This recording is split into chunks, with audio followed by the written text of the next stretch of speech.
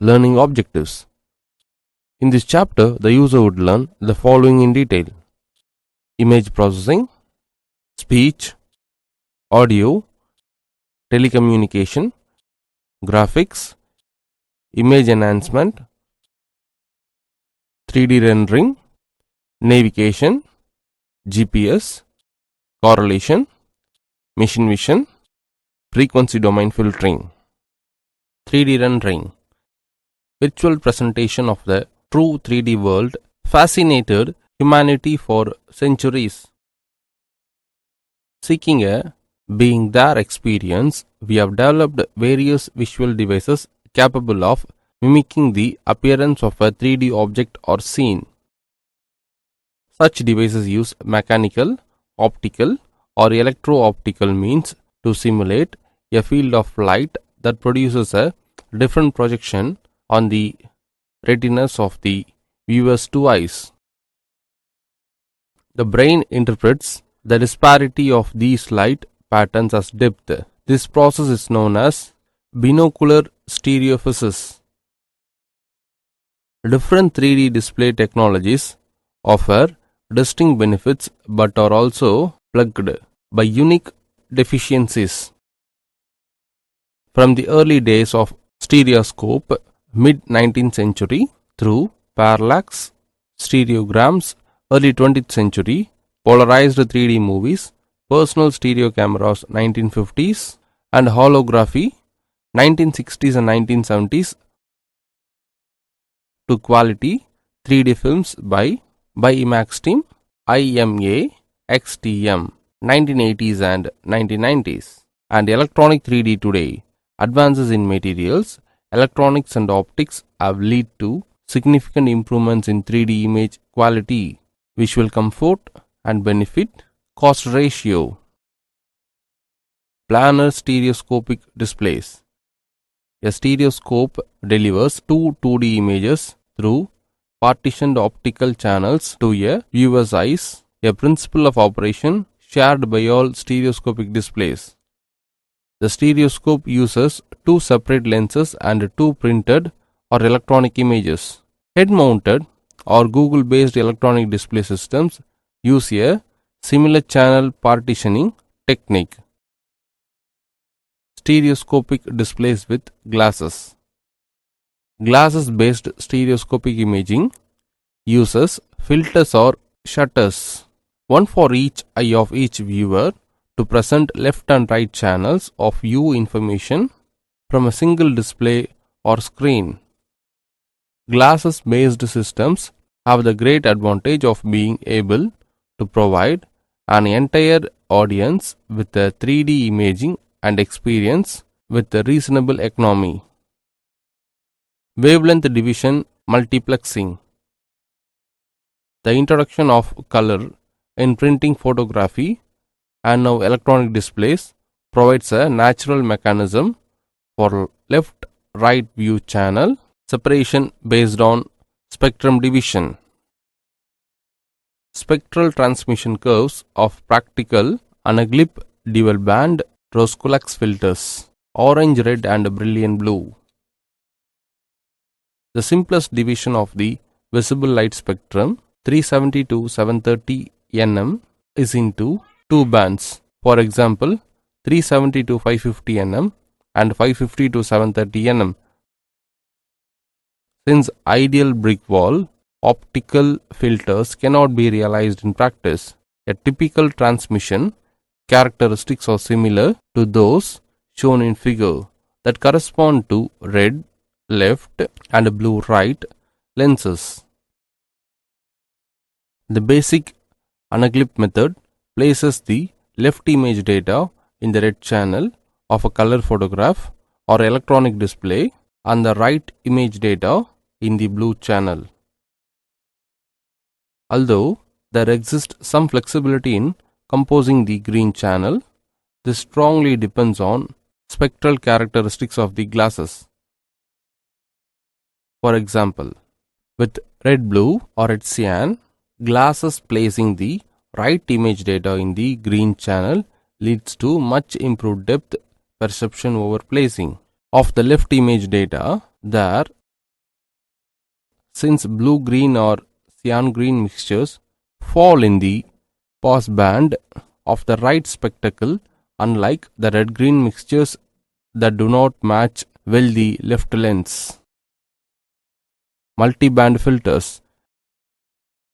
An improvement over the Unglip method is multi-band wavelength division multiplexing, where the visible light spectrum is divided into two complementary sets of wavelength intervals. When those sets are uniformly spread out across the light spectrum shown in figure, a vastly improved color reproduction in each eye is possible. Spectral transmission curves of ideal multi-band filters illustrating the principle of operation of an example display system. For 3D visualization, two projectors are equipped with complementary filters while viewers wear corresponding glasses with suitable processing. Colors are represented in terms of spectral characteristics of left and right filters independently, that is, in terms of left lens primaries or modulus of B modulus of G and right lens primaries R power R, G power R, P power R. Light polarization. Polarization multiplexing offers another method for designing glasses-based 3D systems, permitting the kind of full color reproduction not possible with Unglip systems. In a typical arrangement, two projectors are equipped with differently polarized filters. For example, if linear polarization is used, one projector is equipped with the horizontally oriented polarizing filter, the other with the vertical polarizing one. A special non-depolarizing screen is necessary to ensure that polarization is maintained during projection.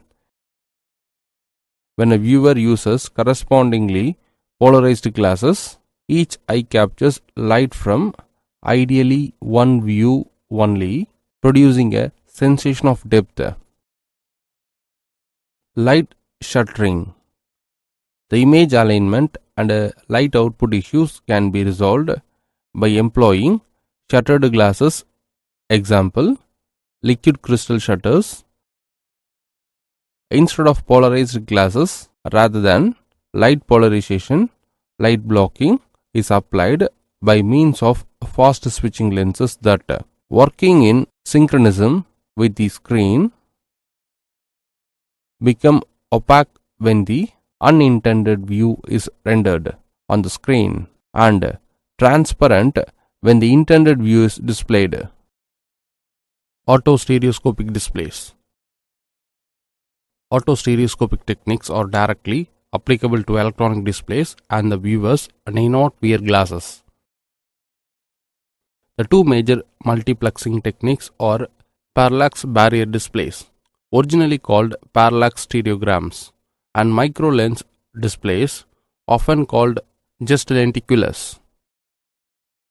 In parallax barrier displays, an opaque layer, example a very thin sheet of aluminum or linked screen, with narrow, regularly spaced slits is placed very close to a pixel addressable screen, such as a plasma or LCD panel, as shown in figure below. Figure: parallax barrier slits in opaque sheet. In lenticular displays, a sheet of narrow, thin cylindrical microlenses is typically attached to a pixel addressable screen at approximately one focal length, so that light passing through lenses focuses that underlying panel to either infinity or the intended viewing distance, as shown in figure below. Figure: lenticular screen microlenses. Audio processing. The two principal human senses are vision and hearing. Correspondingly, much of DSP is related to image and audio processing. People listen to both music and speech. DSP has made revolutionary changes in both these areas. music. Digital data representation is important to prevent the degradation commonly associated with analog storage and manipulation. This is very familiar to anyone who has compared the musical quality of cassette tapes with a compact disc. In a typical scenario, a musical piece is recorded in a sound studio on multiple channels or tracks. In some cases, this even involves recording individual instruments and singers separately. This is done to give the sound engineer greater flexibility in creating the final product. The complex process of combining the individual tracks into a final product is called mixdown. DSP can provide several important functions during mixdown, including filtering, signal addition and subtraction, signal editing, etc. One of the most interesting DSP applications in music preparation is artificial reverberation. If the individual channels are simply added together, the resulting piece sounds frail and diluted, much as if the musicians were playing outdoors. This is because listeners are greatly influenced by the echo or reverberation content of the music, which is usually minimized in the sound studio. DSP allows artificial echoes and reverberation to be added during mixdown to simulate various ideal listening and environments. Echoes with delays of a few hundred milliseconds give the impression of cathedral-like locations. Adding echoes with delays of 10 to 20 million seconds provide perception of more modest size listening rooms. Speech generation. Speech generation and recognition are used to communicate between humans and machines. Rather than using your hands and eyes, you use your mouth and ears. This is very convenient when your hands and eyes should be doing something else, such as driving a car, performing surgery, or unfortunately, firing your weapons at the enemy. Two approaches are used for computer generated speech: digital recording and vocal tract simulation. In digital recording, the voice of a human speaker is digitized and stored, usually in a compressed form. During playback, the stored data are uncompressed and converted back into an analog signal. An entire hour of a recorded speech requires only about 3 megabytes of storage, well within the capabilities of even small computer systems. This is the most common method of digital speech generation used today. Vocal tract simulators are more complicated, trying to mimic the physical mechanisms by which humans create speech. The human vocal tract is an acoustic cavity with the resonant frequencies determined by the size and shape of the chambers. Sound originates in the vocal tract in one of two basic ways, called voiced and fricative sounds. With voiced sounds, vocal cord vibration produces near periodic pulses of air into the vocal cavities.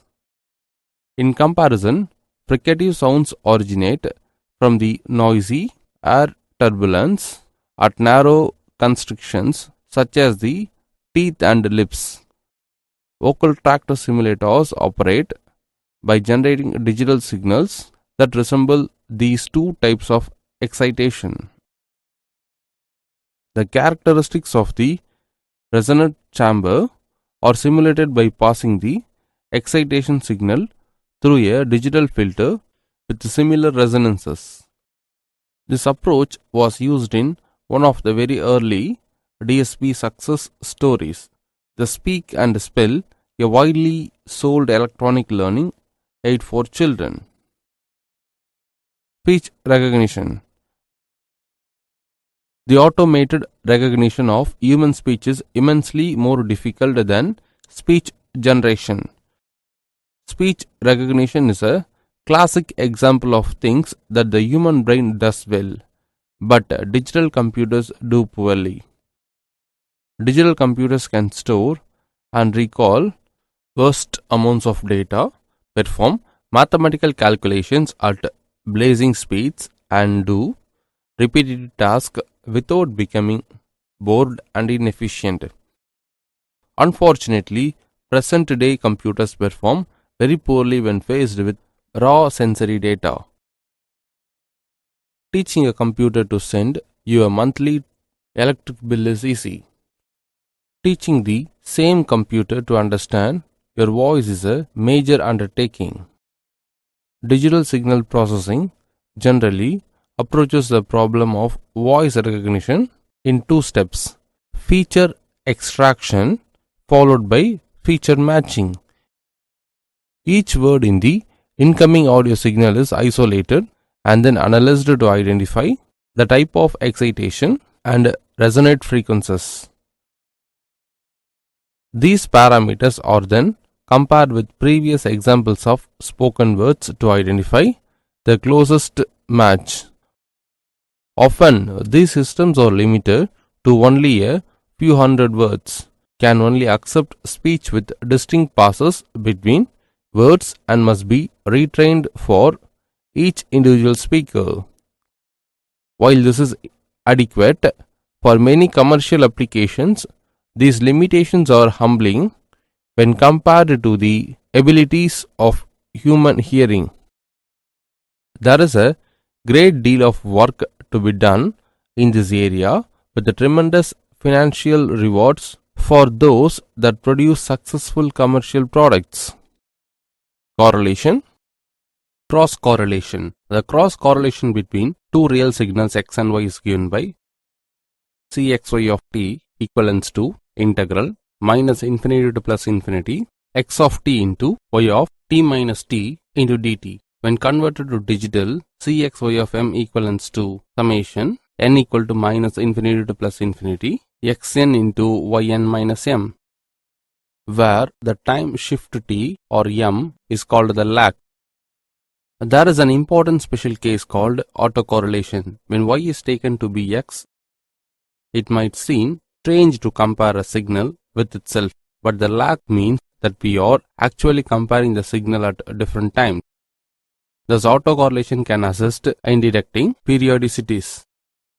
Autocorrelation. The autocorrelation of a real signal S is given by Cs of t equivalents to integral minus infinity to plus infinity S of t into S of t minus t into dt. When converted to digital, Cs of m equivalents to summation n equal to minus infinity to plus infinity Sn into Sn minus m. And the normalized autocorrelation is defined to be Cs of t equivalents to Cs of t divided by Cs of 0. When converted to digital, Cs of m equal to Cs of m divided by Cs of 0, where t or m is called the lag. The correlation is also somewhat related to the covariance matrix of vector random variables and strongly related to the convolution. The analog rectangular window.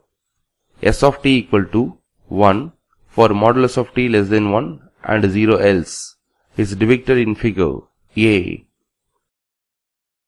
Its autocorrelation is given by the triangular Cs of tau equal to integral minus infinity to plus infinity S of t into S of t minus tau into dt equal to integral maximum of minus 1 comma tau minus 1 to minimum of 1 comma tau r plus 1 into dt equal to 2 minus modulus of tau, depicted in figure B. Had we used an inverted rectangle which differs from the original signal by a phase shift, S of t equal to minus 1 for modulus of t less than 1 then 0 elsewhere, we would have found the same autocorrelation, indeed the generalization of autocorrelation to complex signals. Cs of t equivalents to integral minus infinity to plus infinity S star of t S of t minus t into dt. When converted to digital, Cs of m equivalents to summation n equal to minus infinity to plus infinity Sn star into Sn minus m can be shown to be phase blind unchanged by multiplying S by a common phase factor. Generalizing our previous result, we can show that the autocorrelation is a periodic triangular wave of the same period. This too is quite general. The autocorrelation of a periodic signal is periodic with the same period. And since the lag 0 autocorrelation is a global maximum, all lags that are multiples of the period have globally maximal autocorrelations. This fact is precisely the secret behind using autocorrelation for determining the period of a periodic phenomenon. One looks for the first non-zero peak in the autocorrelation as an indication of the period. Now let's try a digital autocorrelation. The signal B is assumed to be 0 except for n equal to 1 etc. 13, where it takes on the values plus or minus 1 etc. 0.0, comma, plus 1, comma, plus 1, comma, plus 1, comma, plus 1, comma, plus 1, comma, minus 1, comma, minus 1, comma, plus 1, comma, plus 1, comma, minus 1, comma, plus 1, comma, minus 1, comma, plus 1, comma, 0, etc. Its autocorrelation is easily computed to be C of 0 equal to 13, C of m equal to 0 for odd m in the range minus 13 less than m less than 13, C of m equal to 1 for even non-zero m in this range, and all other autocorrelations are 0. We see that the autocorrelation is indeed maximal at m equal to 0 and symmetric, and in addition, the highest non-zero lag correlations are only 1. Signals consisting of 44 values with this last property, that is, with the maximal non-trivial autocorrelation of V or less, are called Barker codes and are useful for timing and synchronization. The definitions for autocorrelation are cross-correlation, given above, involve integrating or summing over all times, and hence are not amenable to computation in practice. In any case, we would like to allow signals to change behavior with time, and thus would like to allow correlations that are defined for finite time durations. Assuming a rectangular window of length n, there are n terms in the expression for the zero lag, but only n minus 1 terms contribute to the lag 1 correlation S1 S0 plus S2 S1 plus etc. plus Sn minus 1 Sn minus 2, and only n minus m terms in the lag m sum. So we define the short time autocorrelation. Cs of m equal to 1 divided by n minus m equal to summation n equal to 1 to n minus m Sn into Sn minus m, where now the zero lag is the power rather than the energy. This quantity is often called the unbiased empirical autocorrelation when it is looked upon as a numerical estimate of the full autocorrelation. The Wiener-Khinchin theorem. The applications of correlation that we have seen so far derive from its connection with the difference between two signals. Another class of applications originate in the relationship between autocorrelation and the power spectrum, a relationship known as the Wiener-Khinchin theorem. The PSD, power spectral density, of a signal is the absolute square of its ft Fourier transform, but it is also can be considered to be the ft of some function. Percival's relation tells us that integrating the PSD overall frequencies is the same as integrating the square of the signal over all times. So it seems reasonable that the IFT of the PSD is somehow related to the square of the signal. Could it be that the PSD is simply the FT of the signal squared? The DC term works because of Percival, but what about the rest? We don't have to actually integrate or sum to find out, since we can use the connection between convolution and FT of a product FT of xy equal to x star y. Using the signal S for both x and y, we see that the FT of S square of t is S star S equal to S of omega minus ohm of S of omega into d omega, which is not quite the PSD modulus of S square equal to S star S equal to S of minus omega into S of omega for real signals but as an additional integration. We want to move this integration to the time side of the equation. So let's try S star S. We see that the ft of S star S is S square of omega, which is even closer but has both frequency variables positive. Instead of one positive and one negative, we need something very much like S star S but with some kind of time variable inversion. So let's find the ft of the autocorrelation. Ft of Cs of t equal to Ft of integral minus infinity to plus infinity S of t into S of t minus t into dt. When Ft is expanded, integral limit minus infinity to plus infinity into, that means within the bracket, integral minus infinity to plus infinity S of t into S of t minus t into dt into e power minus j omega t into dt equal to integral minus infinity to plus infinity, again integral minus infinity to plus infinity S of t into S of t minus t into e power minus I omega t into dt equal to integral minus infinity to plus infinity, again integral minus infinity to plus infinity S of t into S of t into e power minus I omega of t minus t into dt equal to integral minus infinity to plus infinity S of t into e power I omega t into dt into integral minus infinity to plus infinity S of t into e power minus I omega t into dt equal to S of omega into S of omega equal to modulus of S of omega the whole square. We have thus proven the following celebrated theorem. The Wiener-Khinchin theorem. The autocorrelation Cs of t and the power spectrum S of omega are an Ft pair. As a corollary to the theorem, we can again prove that the autocorrelation is phase blind, that is independent of the spectral phase.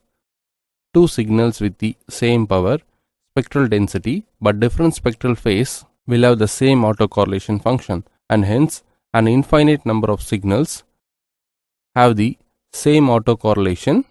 Methods of signal analysis that are based on autocorrelation cannot differentiate between such signals no matter how different they may look in the time domain. Frequency domain filtering. Frequency domain filters are generally used to pass certain frequencies the pass band while blocking others the stop band. Four responses are the most common: low pass, high pass, band pass and band reject. We can see the diagram. A represents low pass, B represents high pass, C represents band pass, D represents band reject. The purpose of these filters is to allow some frequencies to pass unaltered while completely blocking other frequencies. The pass band refers to those frequencies that are passed, while the stop band contains those frequencies that are blocked. The transition band is between. A fast roll-off means that the transition band is very narrow. The division between the pass band and transition band is called the cutoff frequency. In analog filter design, the cutoff frequency is usually defined to be where the amplitude is reduced to 0.707, that is minus 3 dB. Digital filters are less standardized and it is common to see 99%, 90%, 70.7% and 50%. Amplitude levels defined to be the cutoff frequency. Figure. Parameters for evaluating frequency domain performance. The frequency responses shown are for low pass filters. Three parameters are important. 1.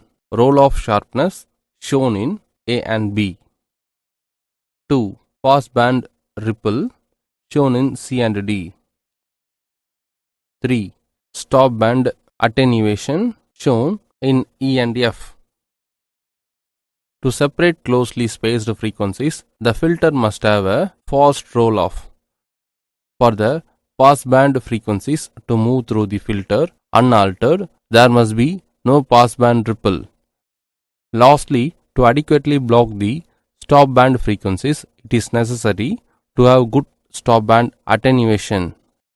For example, the pass of an audio signal is almost completely random and contains little useful information. If the phase is important, it is very easy to make digital filters with a perfect phase response. That is, all frequencies pass through the filter with a zero phase shift.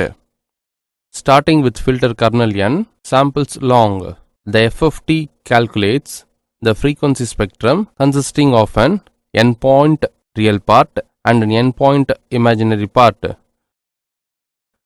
Only samples 0 to n divided by 2 of the FFT's real and imaginary parts contain useful information. The remaining points are duplicates, negative frequencies and can be ignored. Since the real and imaginary parts are difficult for human to understand, they are usually converted into polar notation. This provides the magnitude and phase signals, each running from sample 0 to sample n divided by 2, that is n divided by 2 plus 1 samples in each signal. For example, an impulse response of 256, that means 256 points, will result in a frequency response running from point 0 to 128. Sample 0 represents DC, that is 0 frequency. Sample 128 represents 1/2 of the sampling rate. The number of samples used to represent the impulse response can be arbitrarily large. For instance, suppose you want to find the frequency response of a filter kernel that consists of 80 points. Since the FFT only works with signals that are a power of 2, you need to add 48 zeros to the signal to bring it to a length of 128 samples. This padding with zeros does not change the impulse response. To understand why this is so, think about what happens to these added zeros when the input signal is convoluted with the system's impulse response. The added zeros simply vanish in the convolution, do not affect the outcome. Taking this a step further, you could add many zeros to the impulse response to make it, say, 256, 512 or 1024 points long. The important idea is that longer impulse responses result in a closer spacing of the data points in the frequency response. That is, there are more samples spread between DC and 1/2 of the sampling rate. Taking this to the extreme, if the impulse response is padded with an infinite number of zeros, the data points in the frequency response are infinite, similarly close together, that is, a continuous line. In other words, the frequency response of a filter is really a continuous signal between DC and 1/2 of the sampling rate. The output of the DFT is a sampling of this continuous line. Image enhancement. Enhancement is the modification of an image to alter impact on the viewer. Generally, enhancement distorts the original digital values. Therefore, enhancement is not done until the restoration process are completed. Contrast enhancement. There is a strong influence of contrast ratio on resolving, power and detection capability of images. Techniques for improving image contrast are among the most widely used enhancement process. The sensitivity range of any remote sensing detector is designed to record a wide range of terrain brightness from black basalt plateaus to white sea beds under a wide range of lighting conditions. Few individual scenes have a brightness range that utilizes the full sensitivity range of these detectors. To produce an image with the optimum contrast ratio, it is important to utilize the entire brightness range of the display medium, which is generally film. This limited range of brightness values accounts for the low contrast ratio of the original image. Three of the most useful methods of contrast enhancement are described in the following sections. Linear contrast stretch. The simplest contrast enhancement is called a linear contrast stretch. A dn value in the low end of the original histogram is assigned to extreme black and a value at the high end is assigned to extreme white. In this example, the lower 4% of the pixels dn less than 49 are assigned to black or dn equal to 0, and the upper 4% dn greater than 106 are assigned to white or dn equal to 255. The remaining pixel values are distributed linearly between these extremes. The improved contrast ratio of the image with linear contrast stretch will enhance different features on the map. Most of the image processing software display an image only after linear stretching by default. For coloring images, the individual bands were stretched before being combined in color. The linear contrast stretch greatly improves the contrast of most of the original brightness values, but there is a loss of contrast at the extreme high and low end of dn values. In comparison to the overall contrast improvement, these contrast losses at brightness extremes are acceptable unless one is critically interested in these elements of the scene. Because of the flexibility of digital methods, an investigator could, for example, cause all dn's less than the 106 to become black 0 and then linearly stretch the remaining I dn's greater than 105 through a range from 1 through 255. This extreme stretch would enhance the contrast differences within the bright pixels at the expense of the remainder of the scene. Non-linear contrast stretch. Non-linear contrast enhancement is made in different ways. A uniform distribution stretch or histogram equalization as the original histogram redistributed to produce the uniform population density of pixels along the horizontal dn axis. This stretch applies the greatest contrast enhancement to the most populated range or brightness values in the original image. The uniform distribution stretch strongly saturates brightness values at the sparsely populated light and dark tails of the original histogram. The resulting loss of contrast in the light and dark ranges is similar to that in the linear contrast stretch, but not as severe. A Gaussian stretch is a non-linear stretch that enhances contrast within the tails of the histogram. The stretch fits the original histogram to a normal distribution curve between the 0 and 255 limits. That means 255 limits, which improves contrast in the light and dark ranges of the image. The enhancement occurs at the expense of contrast in the middle gray range. An important step in the process of contrast enhancement is for the user to inspect the original histogram and determine the elements of the scene that are of greatest interest. The user then chooses the optimum stretch for his needs. Experienced operators of image processing systems bypass the histogram examination stage and adjust the brightness and the contrast of images that are displayed on a screen.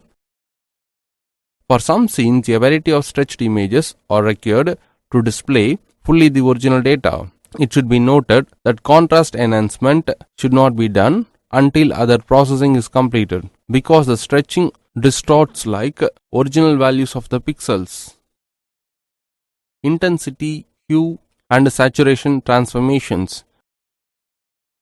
The additive system of primary colors, red, green, and blue, or RGB system, is well established.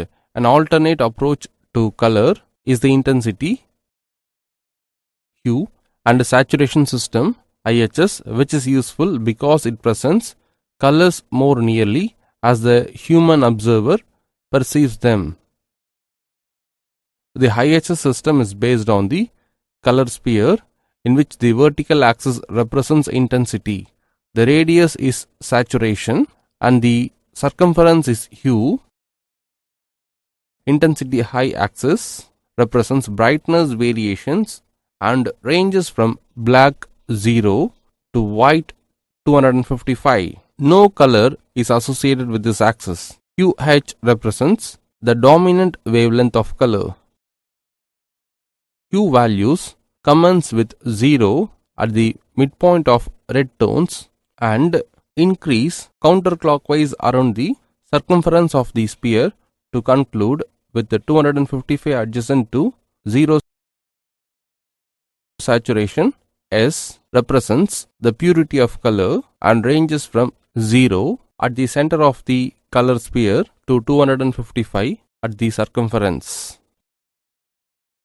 A saturation of 0 represents a completely impure color in which all wavelengths are equally represented and which the eye will perceive a shade of grey that ranges from white to black depending on intensity. Intermediate values of saturation represent pastel shades, whereas high values represent purer and more intense colors.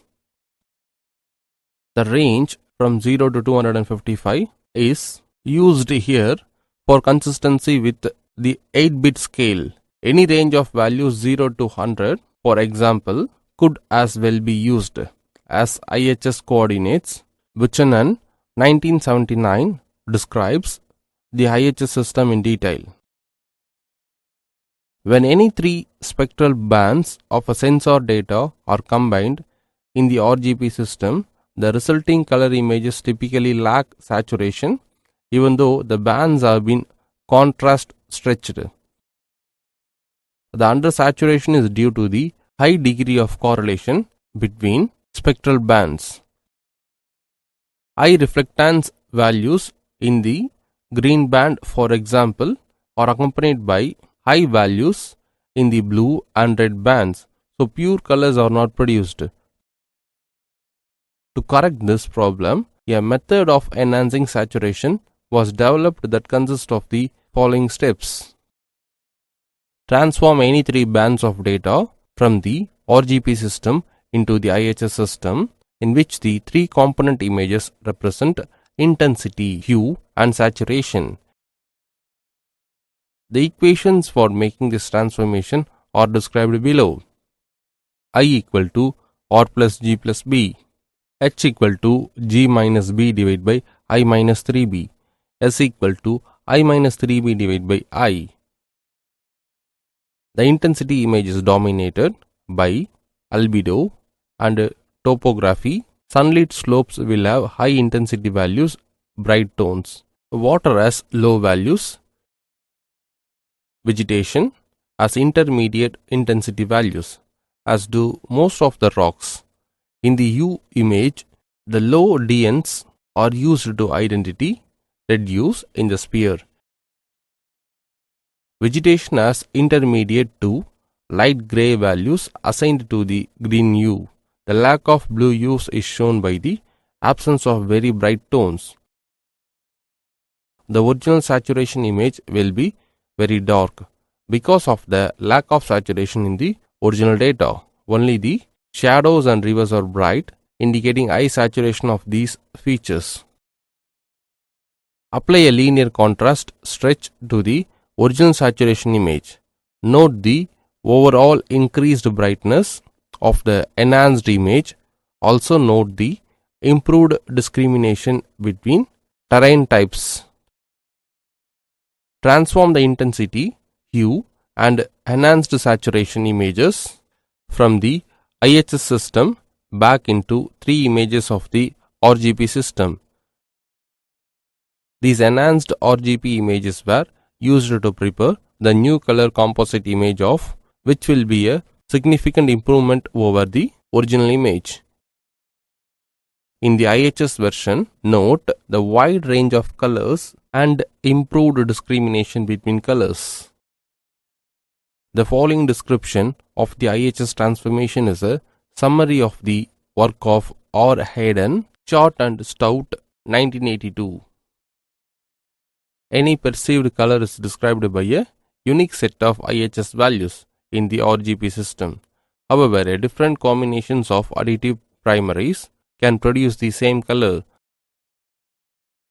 The IHS values can be derived from RGB values through the transformation equations explained above for the interval 0 less than h less than 1 extended to 1 less than h less than. After enhancing the saturation image, the IHS value are converted back into RGB images by inverse equations. The IHS transformation and its inverse are also useful for combining images of different types. For example, a digital radar image could be geometrically registered IRS optical data. After the optical bands are transformed into IHS values, the radar image data may be substituted for the intensity image. The new combination radar, blue and enhanced saturation can then be transformed back into a RGB image that incorporates both radar and optical data. Density slicing. Density slicing converts the continuous gray tone of an image into a series of density intervals, or each corresponding to a specified digital range D. Slices may be displayed as areas bounded by contour lines. This technique emphasizes subtle grayscale difference that may be imperceptible to the viewer. Edge enhancement.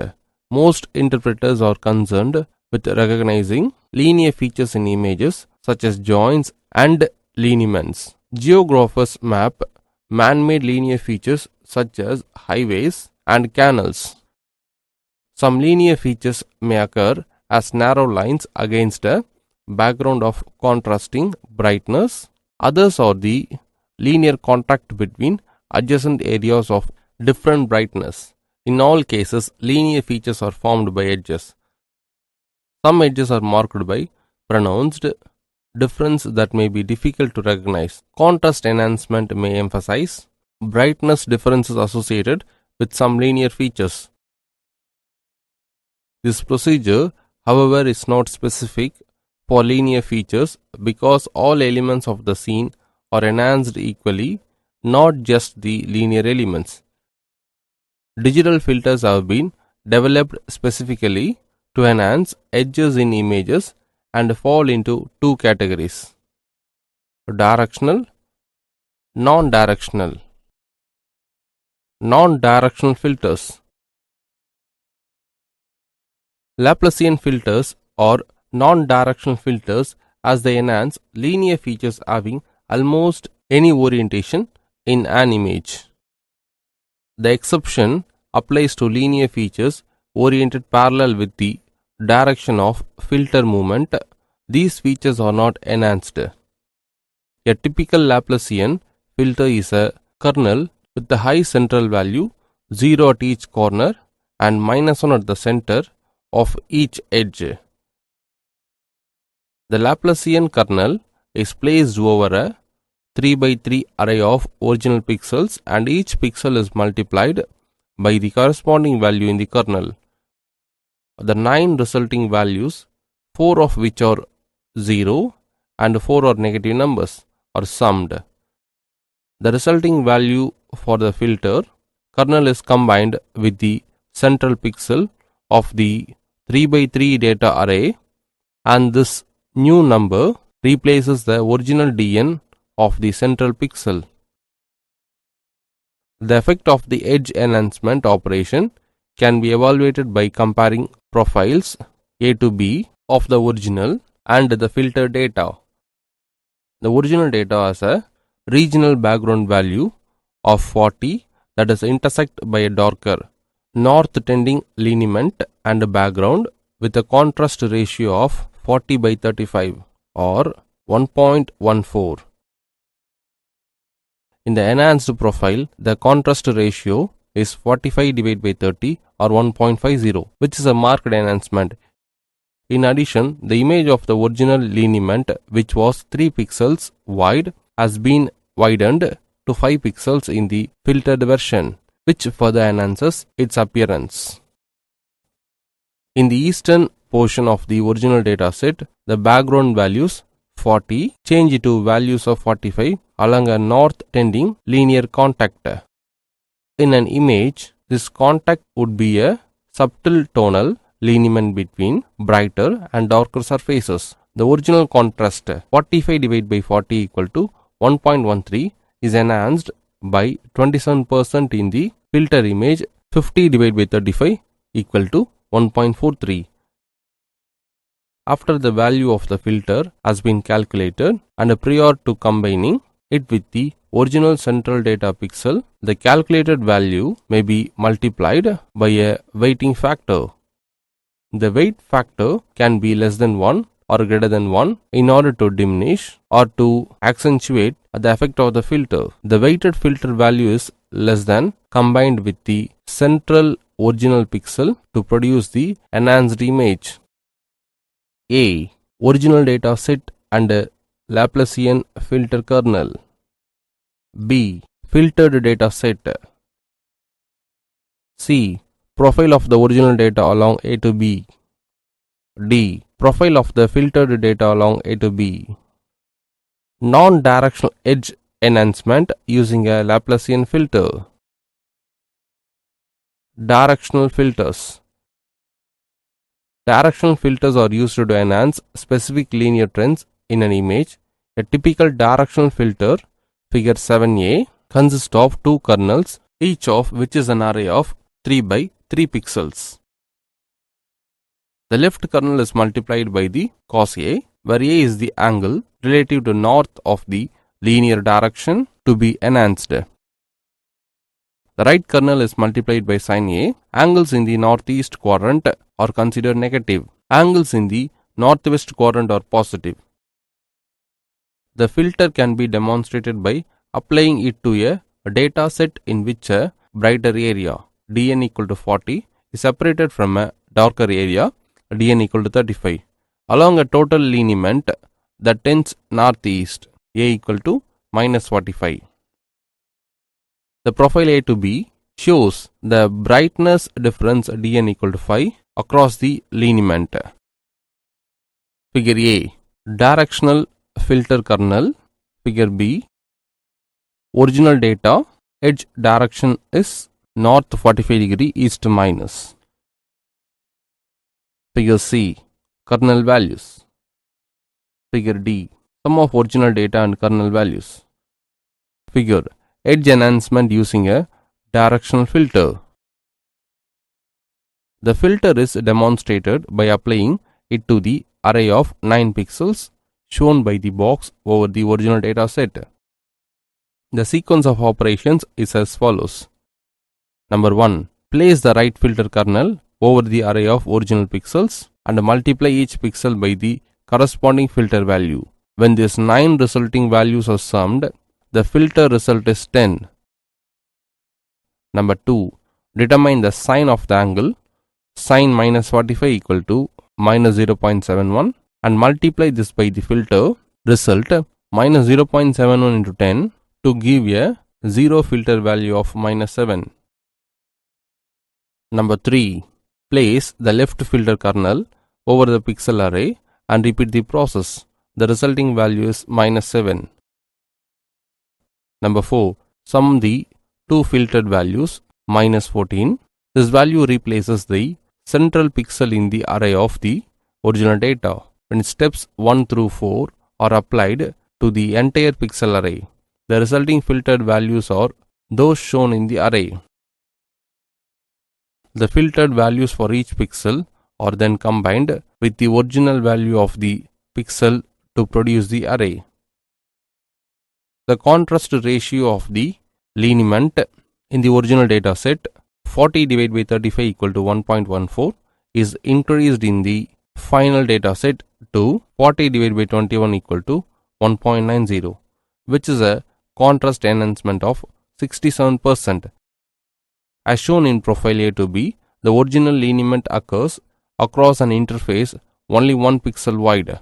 The enhanced lineament has an image 4 pixels wide. An alternate way to express this operation is to say that the filter has passed through the data in a direction normal to the specified lineament direction. In this example, the filter passing through direction is north 45 west. In addition to enhancing features oriented normal to this direction of movement, the filter also enhances linear features that trend obliquely to the direction of filter movement.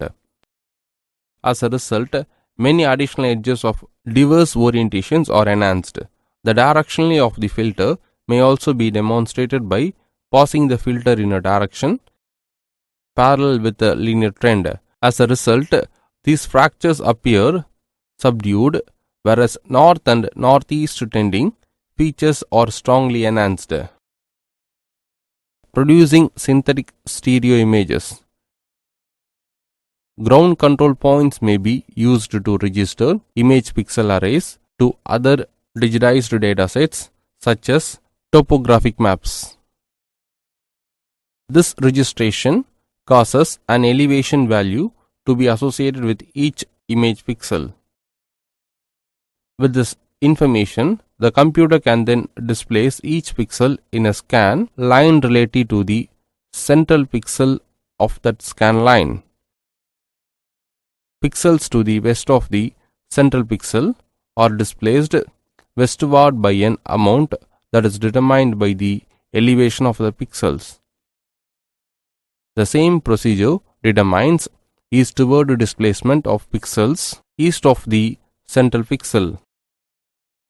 The resulting image simulates the parallax of an aerial photograph. The principal point is then shifted and a second image is generated with the parallax characteristics of the overlapping image of a stereo pair.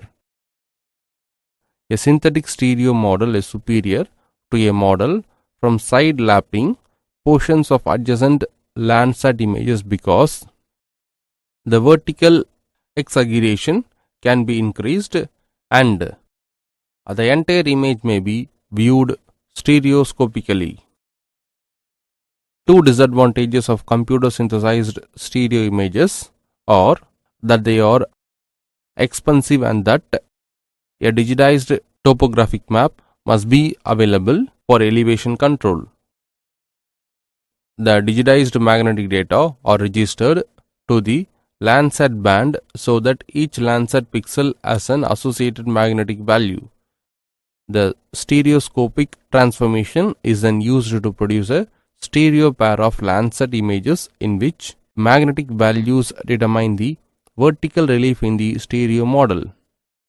Elevated areas represent high magnetic values and depressions represent low magnetic values. The stereo model enables the interpreter to compare directly the magnetic and visual signatures of the rocks, making digital mosaics. Mosaics of images may be prepared by matching and splicing together individual images. Differences in contrast and tone between adjacent images cause the checkerboard pattern that is common on many mosaics. This problem can be largely eliminated by preparing mosaics directly from the digital CCTs as described by Bernstein and Fernie-Huff 1975. Adjacent images are geometrically registered to each other by recognizing ground control points GCPs in the regions of overlap. Pixels are then geometrically adjusted to match the desired map projection. The next step is to eliminate from the digital file the duplicate pixels within the areas of overlap. Optimum contrast stretching is then applied to all the pixels, producing a uniform appearance throughout the mosaic. Image processing. The acquisition of images. Producing the input image in the first place is referred to as imaging. Closely related to image processing are computer graphics and computer vision 1. In computer graphics, images are manually made from physical models of object, environments, and lighting instead of being acquired via imaging devices such as cameras from natural scenes, as in most animated movies. Computer vision, on the other hand, is often considered high-level image processing out of which a machine, computer, software intends to decipher the physical contents of an image or a sequence of images, example, videos or 3D, full body, magnetic resonance scans, 1,2. Image processing is used in various applications such as remote sensing, medical imaging, non-destructive evaluation, forensic studies, textiles, material science, military, film industry, document processing, graphic arts, printing industry. Introduction to image processing. Image. An image is an array or a matrix of a square pixels, picture elements arranged in columns and rows. In an 8-bit grayscale image, each picture element has an assigned intensity that ranges from 0 to 255, 3,4. A grayscale image is what people normally call a black and white image, but the name emphasizes that such an image will also include many shades of gray. A normal grayscale image has 8-bit color depth equal to 256 grayscales. A true color image has 24-bit color depth equal to 8 into 8 into 8 bits equal to 256 into 256 into color equal to 16 million colors. Colors. For science communication, the two main color spaces are RGB and CMYK. RGB color model relates very closely to the way we perceive color with the R, G and B receptors in our retinas. RGB uses additive color mixing and is the basic color model used in television or any other medium that projects color with light. It is the basic color model used in computers and for the web graphics, but it cannot be used for print production. The secondary colors of RGB, cyan, magenta and yellow, are formed by mixing two of the primary colors, red, green or blue, and excluding the third color. Red and green combine to make yellow, green and blue to make cyan, and blue and red form magenta. The combination of red, green and blue in full intensity makes white. Digital image processing. Digital computers are used to process the image.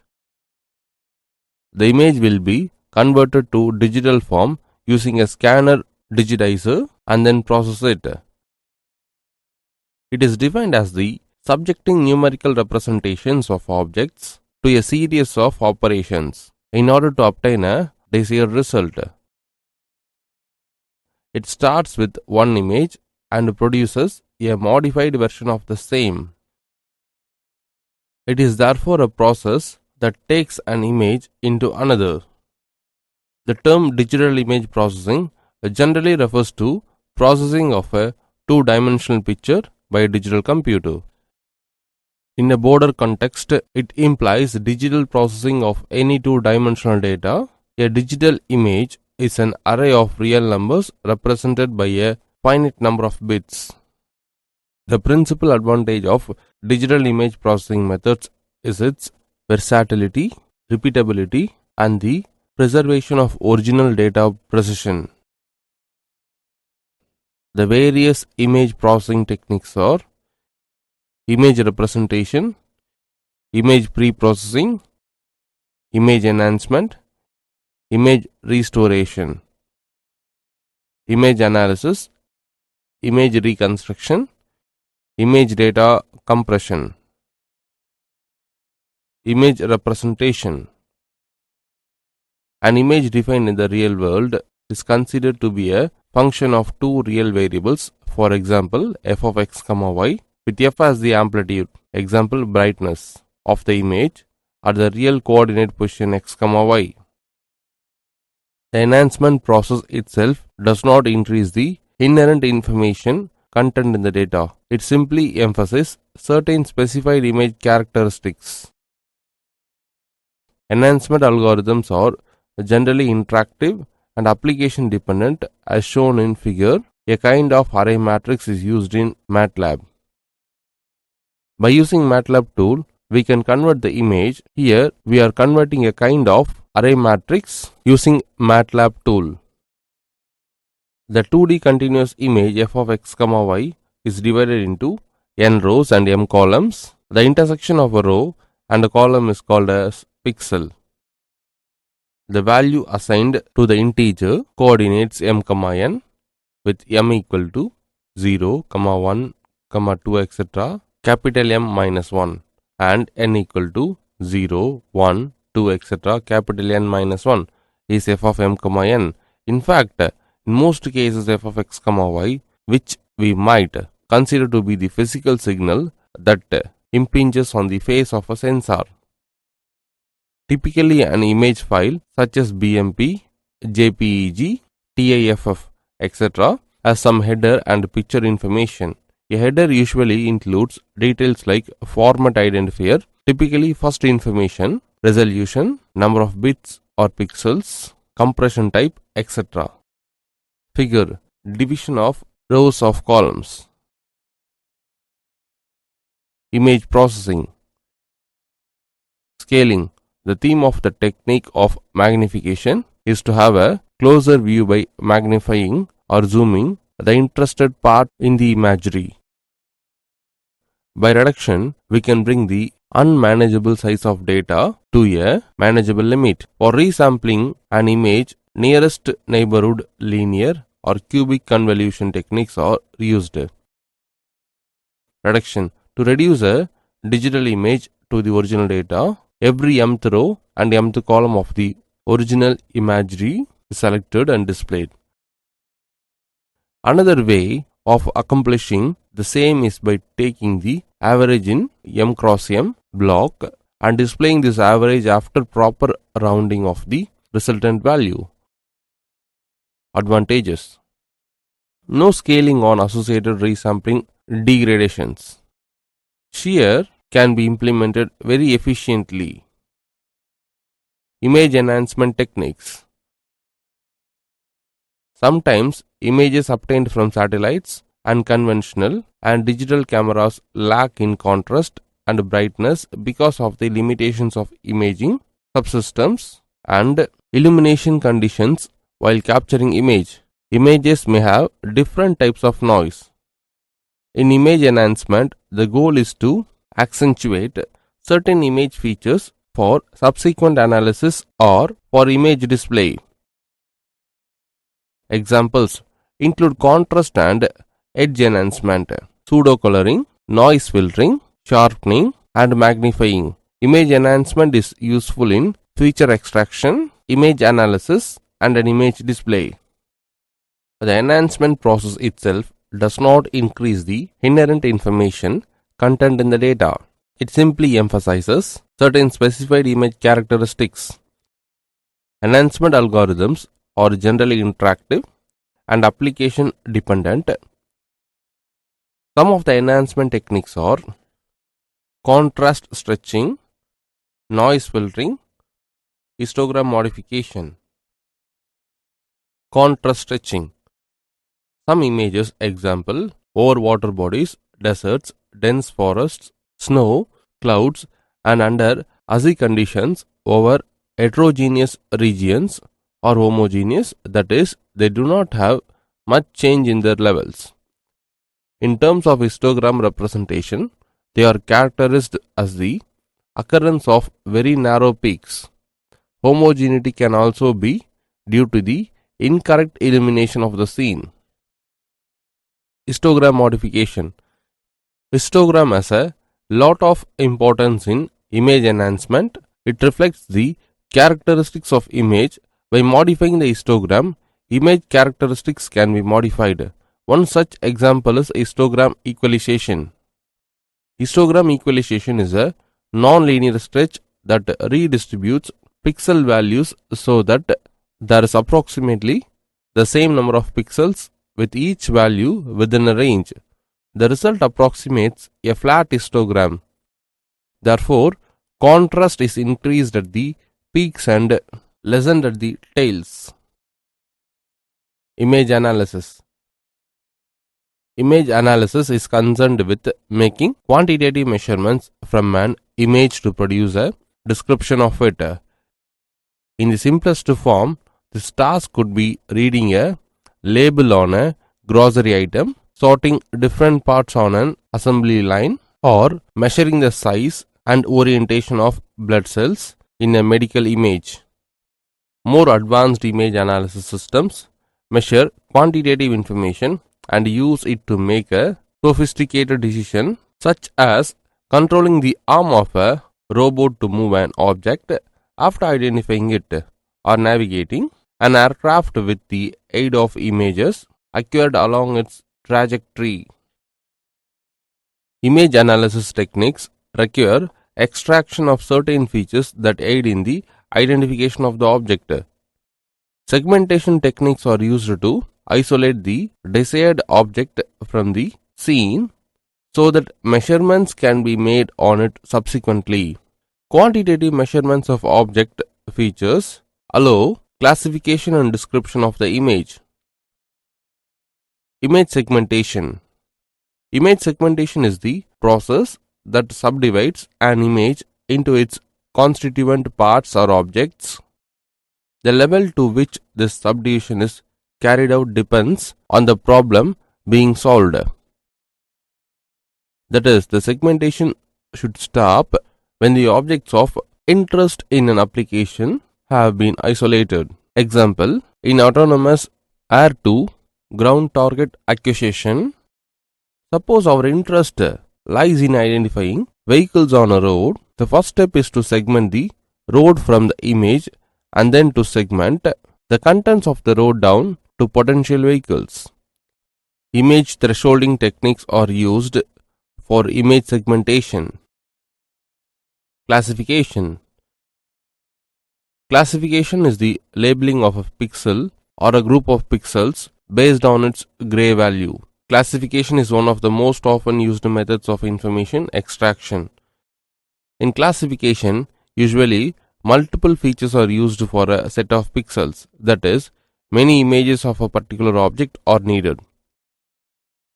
In remote sensing area, this procedure assumes that the imagery of a specific geographic area is collected in multiple regions of the electromagnetic spectrum and that the images are in good registration.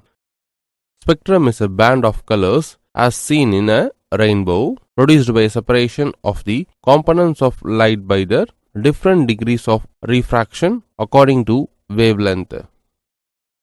It is also used to classify something in terms of its position on a scale between two extreme points.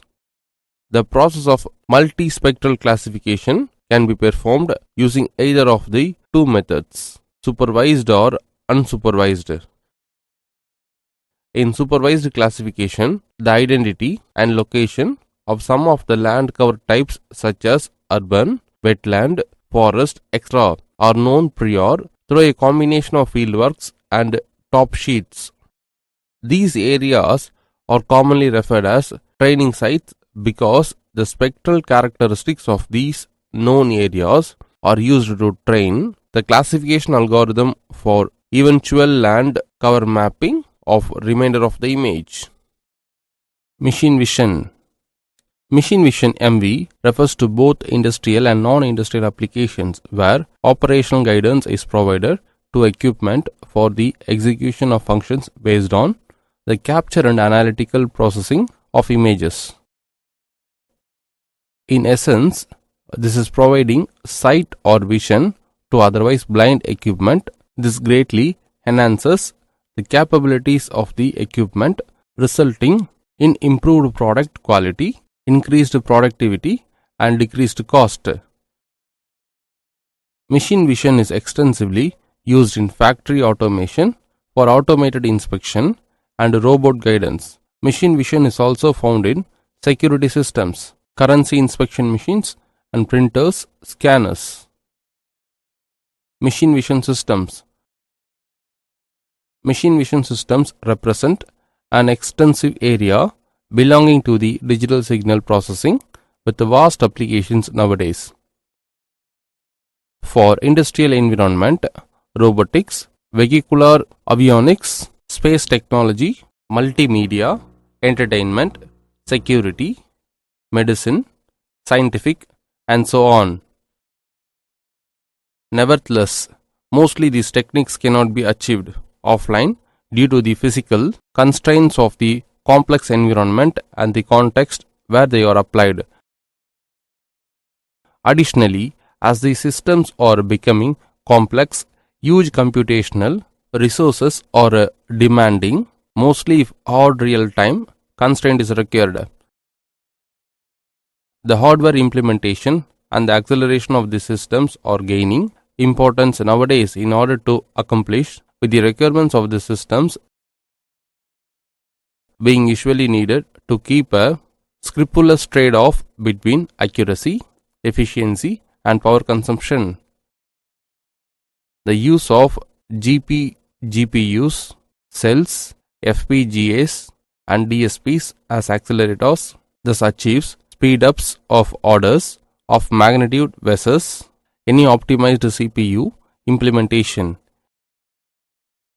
Each appropriate implementation solution is carried out depending on many final demands as power consumption, performance, accuracy, reliability, rapid prototyping, final cost, capability, and reconfigurability among others. We can remark that low-level vision gets useful measurements such as color, spatial frequency, binocular disparity, motion processing, etc. from several channels. Some of the aforementioned channels or space-temporal filters can be identified with the receptive fields that deliver information to the retina. Others such as binocular disparity or motion processing are combinations of the previously mentioned ones. Mid-level vision integrates primitives processed at a previous level.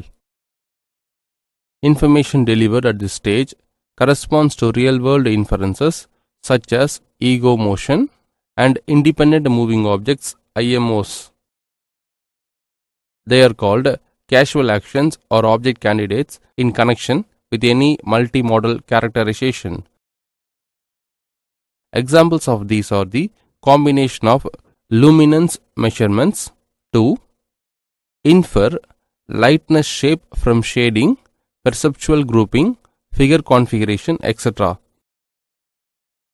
Finally, high-level vision interprets the scene through specific tasks such as relational reasoning, knowledge building, object recognition, etc.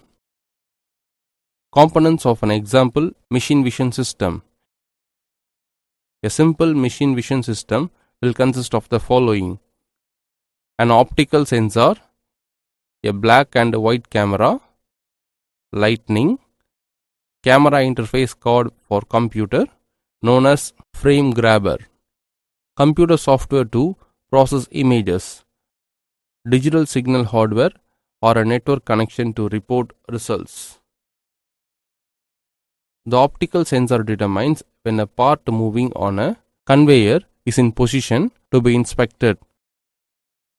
The optical sensor triggers the camera to take a picture of the part as it passes beneath the camera, and lighting. The lighting used to illuminate the part is designed to highlight features of interest and obscure or minimize the appearance of features that are not of interest. The camera's image is captured by the frame grabber. A frame grabber is a computer card that converts the output of the camera to digital format and places the image in computer memory so that it may be processed by the machine vision software.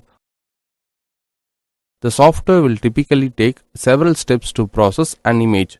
Often, the image is first manipulated to reduce noise or to convert many shades of gray to a simple combination of black and white. Following the initial simplification, the software will count, measure, and or not identify objects in the image. As a final step, the software passes or fails the part according to programmed criteria. If a part fails, the software signals a robotic device to reject the part. Alternately, the system may warn a human worker to fix the production problem that caused the failure. Though most machine vision systems rely on black and white cameras, the use of color cameras is becoming more common. Processing methods. Commercial and open source machine vision software packages typically include a number of different image processing techniques such as the following. Pixel counting counts the number of light or dark pixels. Thresholding converts an image with gray tones to simply black and white. Connectivity and segmentation used to locate and or count parts by differentiating between light and dark connected regions of pixels. Barcode reading, decoding of 1D and 2D codes designed to be read or scanned by machines. Optical character recognition, automated reading of text such as serial numbers. Gauging, measurement of object dimensions in inches or millimeters. Edge detection, finding object edges. Template matching, finding, matching, and or counting specific patterns. Robust pattern recognition, locating of an object that may be rotated, partially hidden by another object or varying in size. In most cases, a machine vision system will use a combination of these processing techniques to perform a complete inspection. A system that reads a barcode may also check a surface for scratches and measure the length and width of a machined component. DSP is used to a great extent in navigation. Devices or systems such as sonar or radar work primarily on the basis of DSP. For example, sonar makes use of sound waves signals in order to calculate the depth. On the other hand, radars make use of radio waves in order to communicate the locations of various objects in a particular radius. Apart from these, digital signal processing has various other applications. For example, it is used in cars, remote controls, seismic analysis, etc. The Global Positioning System (GPS) is a satellite-based system to provide positioning and timing information to users worldwide. It is a passive system in that users only need to receive and process the transmission to utilize the system. No user's transmission or response is required for operation. Originally developed for the United States military, the states now provide a military-specific component known as GPS, Precise Positioning Service, GPS-2 PPS, and a civilian component known as GPS Standard Positioning Service, GPS to SPS. GPS to SPS is mostly referred to as simply GPS. GPS uses code division, multiple access CDMA, spread spectrum modulation to enable all satellites to broadcast on the same 1575.42 MHz carrier frequency. Each satellite uses a specific 1023 chip pseudo-random noise (PRN) code known as the coarse acquisition code to distinguish itself. The chipping rate of GPS is 1.023 megachips per second. So each period of the PRN code is exactly 1 meters.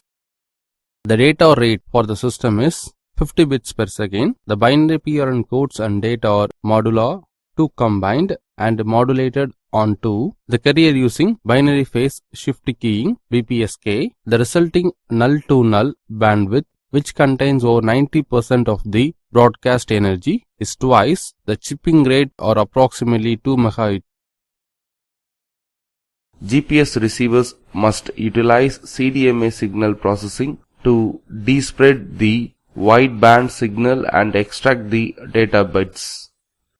These data bits will then be utilized to obtain the exact position of the broadcasting satellites and timing information. Users can compute their precise location to approximately 15 m or absolute time to the sub-microsecond level without any external aiding. In order to obtain a three-dimensional position solution, it is necessary to process the transmissions of at least 4 different satellites in parallel. Code division multiple access signal processing. GPS is a CDMA system and utilizes traditional CDMA signal processing algorithm. These can be separated into the following 3 components: acquisition, PRN code tracking, carrier tracking, data demodulation and processing. A CDMA transmission is spread across a wide frequency band. As a result, the actual received power of the transmission may actually be below the noise floor of a receiver. This is the case for GPS. As such, the first step in processing the signal is to locate it for accurate. This is a search for 3 parameters. The first is the specific PRN code. In the case of GPS, each satellite is broadcasting a unique PRN code. The specific transmitters or satellites in view must be determined by correlating the received signal with possible PRN code. The second parameter is the specific code phase, even if it is known that a particular satellite is in view, which identifies the PRN code. A locally generated PRN code must be properly aligned to within plus or minus half chip to declare acquisition of a signal. Determining the proper alignment provides the second parameter for acquisition, the code phase. The final parameter of interest is the exact carrier frequency. Although this is typically known for a CDMA system, a search is still required as line of sight. Dynamics can introduce an unknown frequency double shift. Also, oscillators are never perfect and can experience drift that must be compensated. As such, the third acquisition parameter that must be determined is carrier frequency, and in the case of GPS, knowledge of the frequency to within plus or minus 250 Hz is adequate to proceed to tracking. Once acquisition of a signal has been achieved, the processing can transition to a tracking mode in which 2 loops operate in parallel.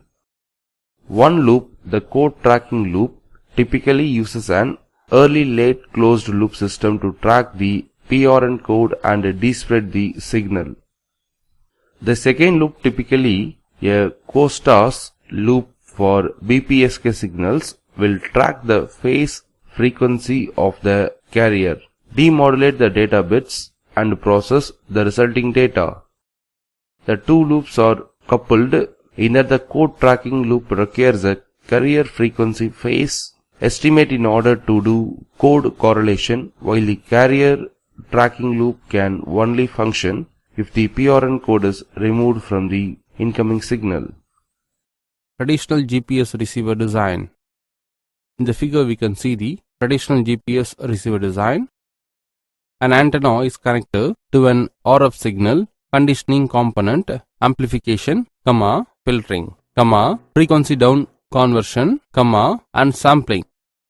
The digital samples are passed to an ASIC, which is responsible for high-speed digital operations, including in-phase and quadrature mixing to baseband, correlation with early, late and prompt versions of the PRN code, and accumulation of these results over a PRN code period. These accumulations are then passed typically at a 1 Hz rate to a programmable microprocessor that is responsible for closing the tracking loop, provide feedback to the ASIC to control carrier frequency phase and PRN code rate, as well as decoding and processing the 50 bits per second data stream to determine position. Speech processing. Speech is the most natural form of human communications. Speech is related to language. Linguistics is a branch of social science. Speech is related to human physiological capability. The physiology is a branch of medical science. Speech is also related to sound and acoustics, a branch of physical science. Therefore, speech is one of the most intriguing signals that humans work with every day. Purpose of speech processing. To understand speech as a means of communication, to represent speech for transmission and reproduction, to analyze speech for automatic recognition and extraction of information, to discover some physiological characteristics of the talker. Why digital processing of speech? Digital processing of speech signals, DPSS, enjoys an extensive theoretical and experimental base developed over the past 75 years. Much research has been done since 1965 on the use of digital signal processing in speech communication problems. Highly advanced implementation technology, VLSI, exists that is well matched to the computational demands of DPSS. There are abundant applications that are in widespread use commercially. The speech stack. Speech applications: coding synthesis, recognition, understanding, verification, language translation, speed up, slow down. Speech algorithms: speech silence, background, voice unvoiced decision, pitch detection, formant estimation. Speech representations: temporal, spectral, homomorphic, LPC. Fundamentals: acoustics, linguistics, pragmatics, speech perception.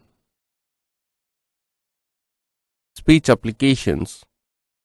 We look first at the top of the speech processing stack, namely applications: speech coding, speech synthesis, speech recognition and understanding, other speech applications.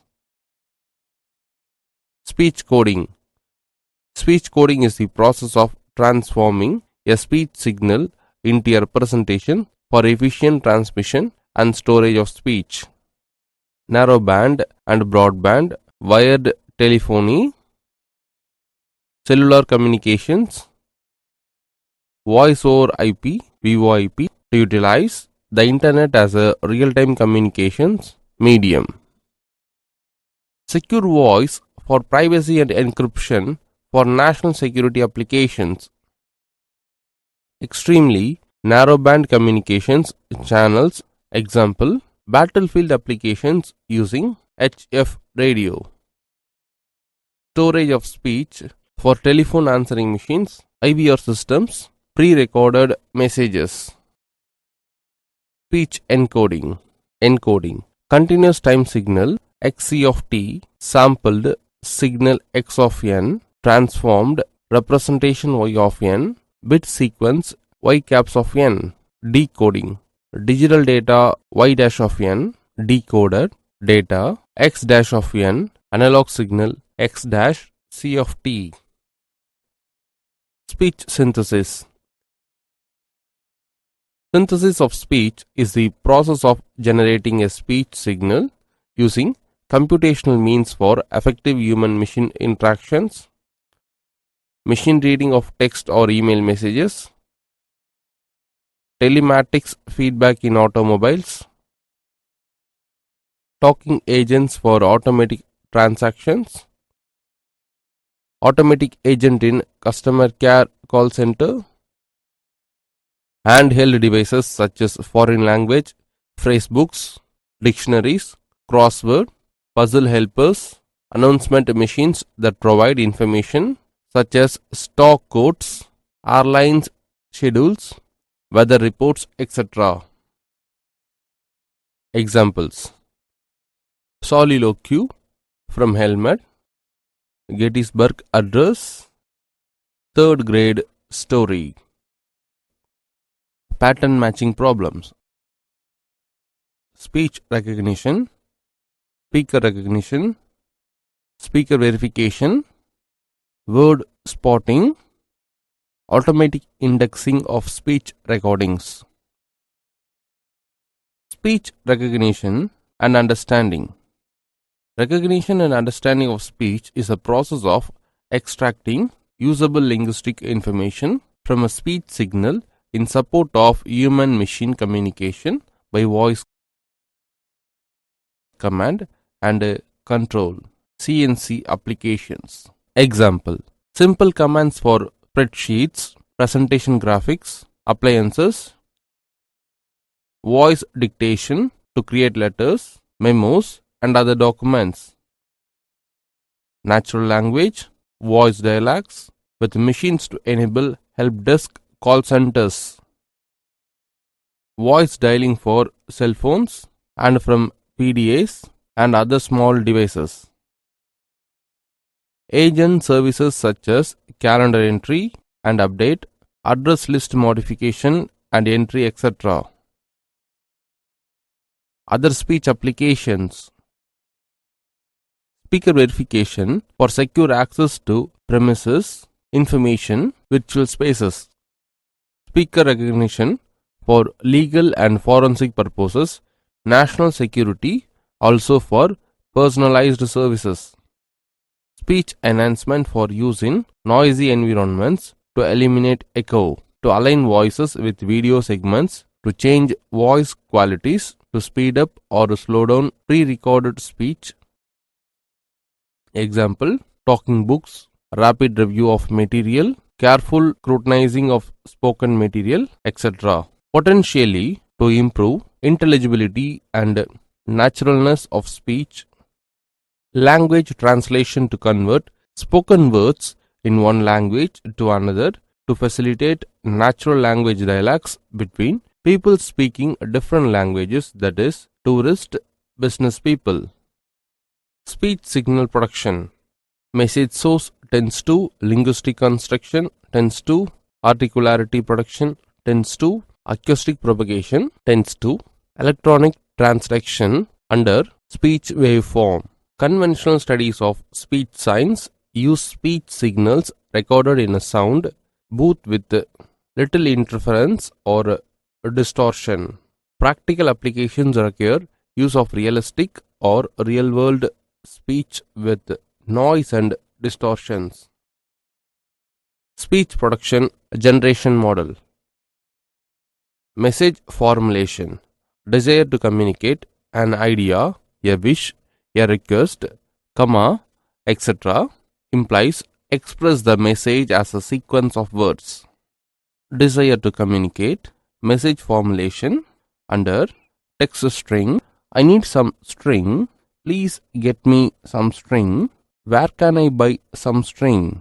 Discrete symbols. Language code tends to need to convert chosen text string to a sequence of sounds in the language that can be understood by others. Need to give some form of emphasis, prosody, tune, melody to the spoken sounds so as to impart non-speech information such as sense of urgency, importance, psychological state of terror, environmental factors, noise, echo. Under text string, language code generator using pronunciation vocabulary in the brain tends to phone me string with prosody. Neuromuscular controls need to direct the neuromuscular system to move the articulators, tongue, lips, teeth, jaws, velum, so as to produce the desired spoken message in the desired manner. Under phone me string with prosody, neuromuscular control tends to articularity motions, continuous control. Vocal tract system tends to need to shape the human vocal tract system and provide the appropriate sound sources to create an acoustic waveform speech that is understandable in the environment in which it is spoken. Under articularity motions, vocal tract system using source control, lungs, diaphragm, chest muscles tends to acoustic waveform speech. Speech perception model. The acoustic waveform impinges on the ear, the basilar membrane, and is spectrally analyzed by an equivalent filter bank of the ear. Under acoustic waveform, basilar membrane motion tends to spectral representation is called continuous control. The signal from the basilar membrane is neurally transduced and coded into features that can be decoded by the brain. Under spectral features, neural transduction tends to sound features, that means distinctive features. The brain decodes the feature stream into sounds, words, and sentences. Under sound features, language translation tends to phonemes, words, and sentences is called discrete message. The brain determines the meaning of the words via a message understanding mechanism. Under phonemes, words, and sentences, message understanding tends to basic message. The speech signal. Background signal, pitch period. Unvoiced signal, noise like sound. The speech chain. We can clearly see in the flowchart discrete input, continuous output, discrete output. Digital speech processing, DSP. Obtaining discrete representations of speech signal. Theory, design, and implementation of numerical procedures, algorithms for processing the discrete representation in order to achieve a goal. Recognizing the signal, modifying the time scale of the signal, removing background noise from the signal, etc. Why DSP? Reliability, flexibility, accuracy, real-time implementations on inexpensive DSP chips, ability to integrate with multimedia and data, encryptability or security of the data, and the data representations via suitable techniques. Hierarchy of digital speech processing.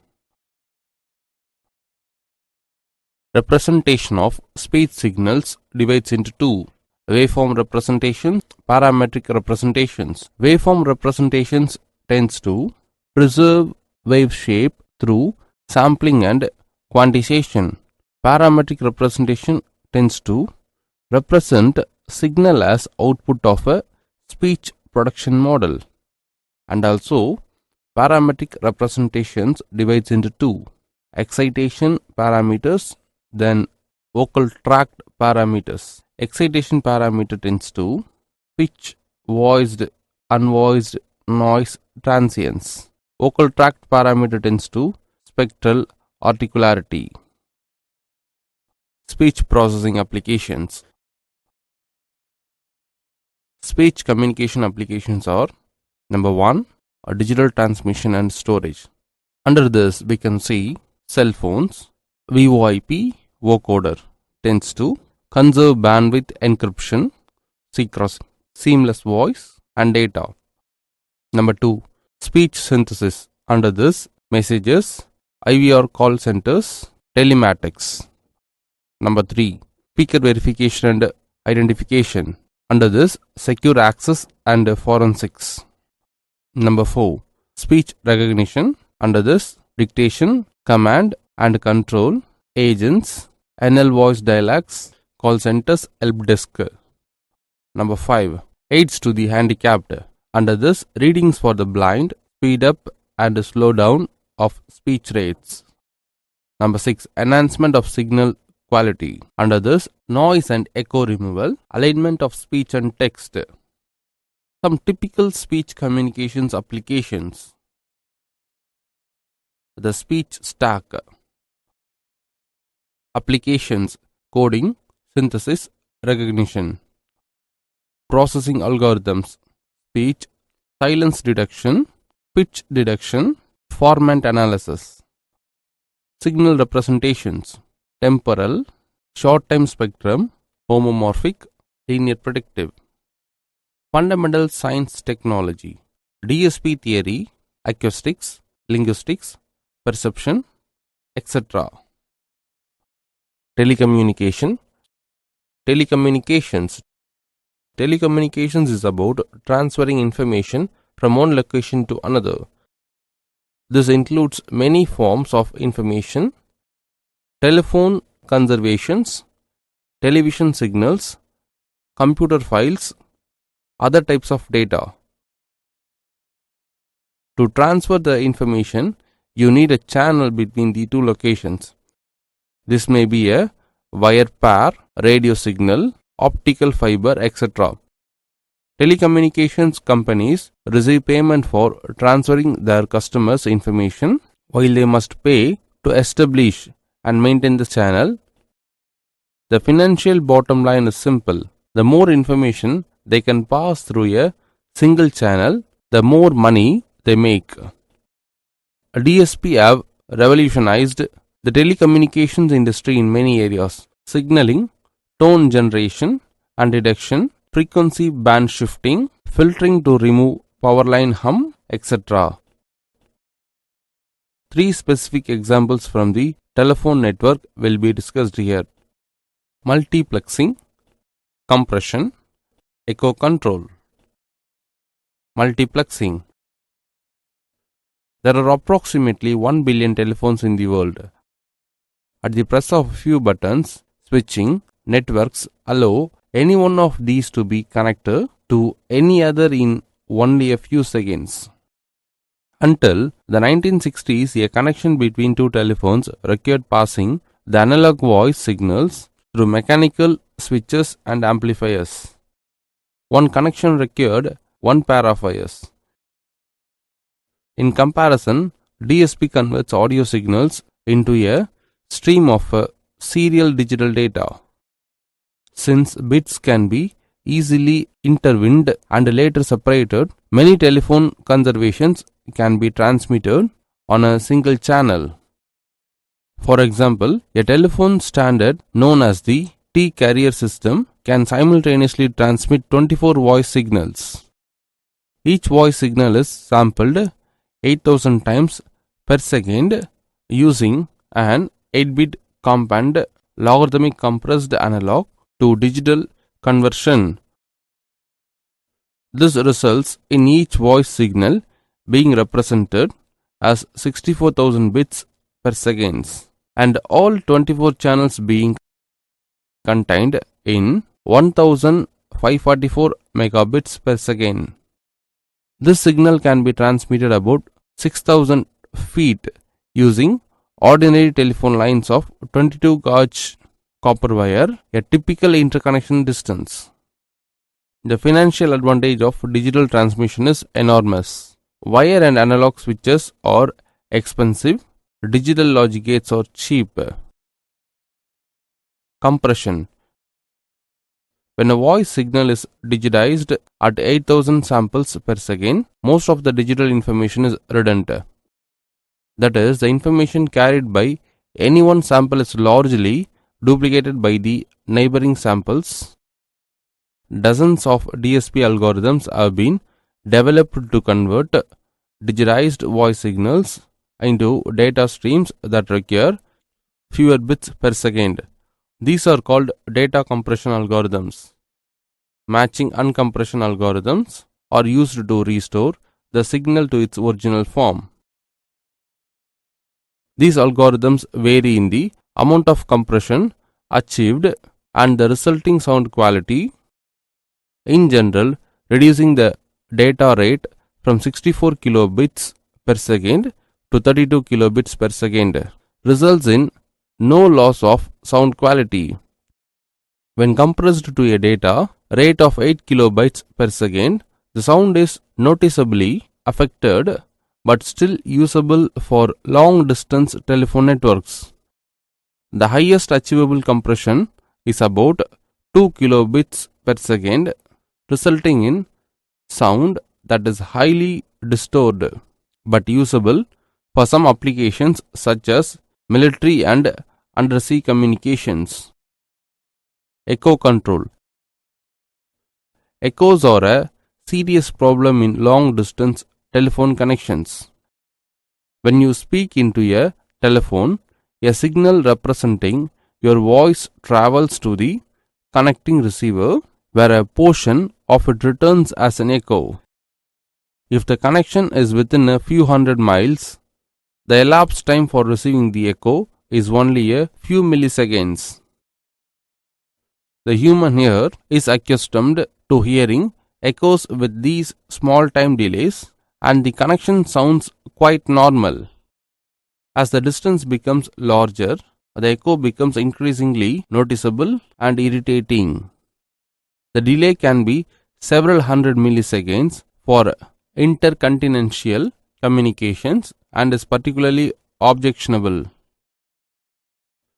Digital signal processing attacks this type of problem by measuring the returned signal and generating an appropriate anti-signal to cancel the offending echo. The same technique allows speakerphone users to hear and speak at the same time without fighting audio feedback squelching. It can also be used to reduce environmental noise by cancelling it with digitally generated anti-noise. Conclusion. In this chapter, the user would learn the following in detail: image processing, speech, audio, telecommunication, graphics, image enhancement, 3D rendering, navigation, GPS, correlation, machine vision, frequency domain filtering.